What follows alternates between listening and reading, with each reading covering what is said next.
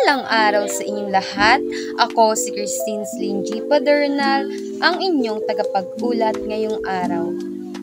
Ngunit bago tayo magpatuloy sa aking talakayan, ay nais ko munang hulaan ninyo kung ano ang ating tatalakayin ngayong araw.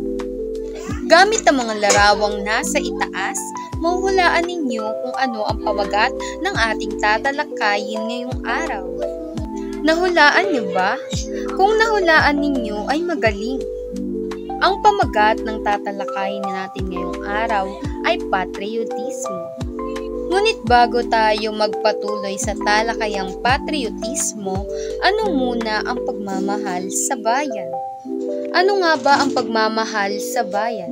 Ang pagmamahal sa bayan ay ang pagkilala sa papel na dapat gampanan ng bawat mamamayang bumubuo rito.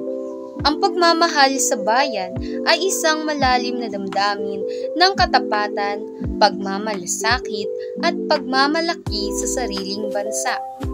Ito ay ang pagnanais na makita itong umunlad at magtagumpay, at ang pagiging handa na magbigay ng anumang sakripisyo para sa ikabubuti nito.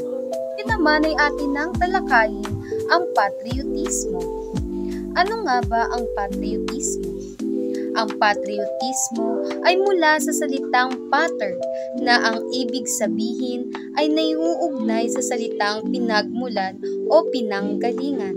Ang patriotismo daw ay nagmula sa salitang Latin na pater na ang ibig sabihin ay ama o pinagmulan. Sumakatuwid ang pagiging makabayan ay nauugnay sa pagmamahal at pagpapahalaga sa pinagmulan ng isang bansa. Ang literal na kahulugan nito ay pagmamahal sa bayang sinilangan o kung sa Ingles, native land. Ipinapakita nito sa pamamagitan ng mga larawan ng mga taong nagtataas ng watawat at mga bayani ng bansa. Ang patriotismo ay ang pagmamahal, pagkakaroon ng malasakit at tapat na paglilingkod sa sariling bansa.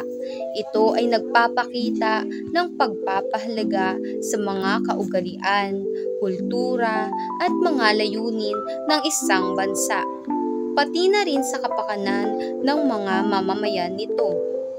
Ang isang taong may patriotismo ay handang magsakripisyo at maglingkod para sa ikabubuti ng kanyang bayan, at ipinagpapalagay niya ang interes ng bansa kaysa sa pansariling kapakinabangan. Ang patriotismo ay hindi lamang pagmamahal sa sariling bansa, kundi pati na rin ang pagpapakita ng respeto at pagpapahalaga sa mga simbolo at institusyon ng bansa tulad ng watawat, pambansang awit at mga batas. Kasama rin dito ang pagiging responsable bilang mamamayan, pagiging tapat sa mga obligasyon tulad ng pagbabayad ng buwis, pagsunod sa mga patakaran at pagtulong sa kapwa. Ang tunay na patriotismo ay makikita sa mga simpleng gawaing may malasakit para sa ikabubuti ng bayan, tulad ng pagtulong sa mga nangangailangan at pagpapalaganap ng mga positibong halaga at pagiging halimbawa sa pagpapakita ng disiplina at integridad. Ang pagsasabuhay nito ay sa pamamagitan ng marubdob na paggawa ng trabahong pinili o ibinigay, aktibong pakikilahok sa interes ng mayora at kabutihang panlahat. Ang pagsasabuhay ng pagmamahal sa bayan ay sa pamamagitan ng masigasig na paggawa ng piniling trabaho o pagiging voluntaryo. Ang aktibong pakikilahok sa mga programang para sa kabutihang panlahat. Ang pakikilahok sa mga programa para sa kabutihang panlahat bilang isang paraan ng pagpapakita ng pagmamahal sa bayan. Pagsawata sa mga kilos na di makatarungan at hindi moral. Ang pagsawata sa mga kilos na hindi moral at hindi makatarungan ay isang paraan na nagpapakita ng pagmamahal sa bayan. Ipinapakita nito ang pagkondena sa karahasan at katiwalian. Ang ibig sabihin ng pagsawata ay ang aksyon na ginagawa upang pigilan, hadlangan o supliin ang isang bagay, gawain o pangyayari upang maiwasan ang posibleng pinsala o hindi ka nais-nais na kahihinatnan. Isang halimbawa ng patriotismo ay ang isang tao na nagboluntaryo upang maglingkod sa panahon ng kalamidad tulad ng lindol o bagyo.